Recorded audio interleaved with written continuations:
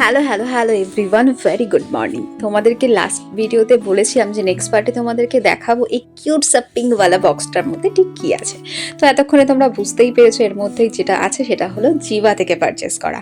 তো এই first time আমি জিভা থেকে কিছু পারচেস করলাম, আর এক্সপিরিয়েন্স সত্যি বলবো দারুণ ছিল। চলো তোমাদেরকে এবার দেখাই প্রোডাক্টটা কী কী ছিল।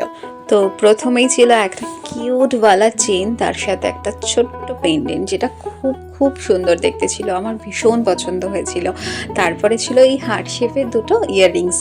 এই সমস্ত প্রোডাক্টগুলো ছিল অনুষ্কা শর্মার সিগনেচারওয়ালা বক্সের মধ্যে, যেটা আমার ভীষণ ভালো লেগেছিল।